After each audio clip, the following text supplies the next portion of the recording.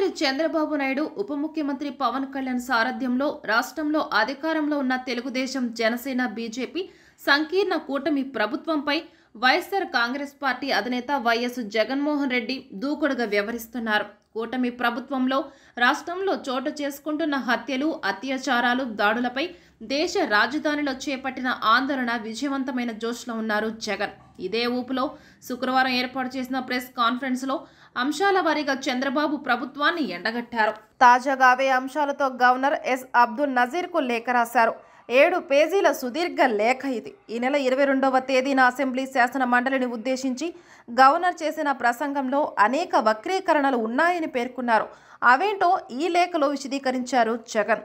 Compound annual growth rate మొదలుకొని Polavaram project చేసిన అప్పుల వరకు అన్నిటిని వివరంగా పొందుపరిచారు. 2014-19 మధ్యకాలంలో పోలవరం ప్రాజెక్టు పనులు 72% పూర్తయినట్లు గవర్నర్ ప్రసంగంలో పొందుపరిచారని, వాస్తవ పరిస్థితులు దీనికి భిన్నంగా ఉన్నాయని జగన్ అన్నారు. ఆ కాలంలో టీడీపీ ప్రభుత్వం పోలవరం ప్రాజెక్టు నిర్మాణానికి ఖర్చు పెట్టింది 11,923 కోట్ల రూపాయలేనని చెప్పారు.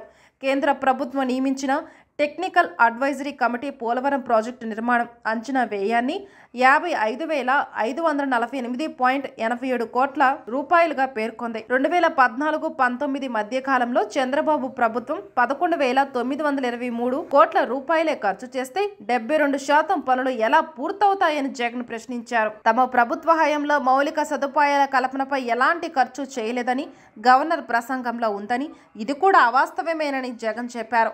2019 ఆగస్టు నాటికి రాష్ట్రంలో 30,74,310 ఇళ్లకు మాత్రమే మంచినీటి కుళాయిల కనెక్షన్లు ఉండగా తమ ప్రభుత్వ హయాంలో ఈ సంఖ్యను 70,11,885కి చేర్చామని అన్నారు. 2024 జూన్ వరకు ఈ సంఖ్య ఎలా పెరిగిందో కనీసం టీడీపీ అయినా చెప్పగలుగుతుందా అని ప్రశ్నించారు. 2014లో తెలుగుదేశం ప్రభుత్వం ఏర్పాటయ్యే సమయానికి రాష్ట్రం అప్పులు 1,18,051 కోట్ల రూపాయలు ఉండగా 2019లో టీడీపీ ప్రభుత్వం దిగిపోయేసరికి 130% పెరిగి ఈ సంఖ్య 2,71,798 కోట్ల రూపాయలకు చేరిందని వివరించారు. 2020 నాటికి రాష్ట్రం అప్పులు 5,18,709 కోట్ల రూపాయలకు చేరిందని, ఈ సంఖ్య 90% పెరిగిందని చెప్పారు. దీనికి భిన్నమైన అంకెలు గవర్నర్ ప్రసంగంలో ఉన్నాయని అన్నారు. 2014-19 మధ్యకాలంలో టీడీపీ ప్రభుత్వ హయాంలో ప్రభుత్వ రంగ కంపెనీల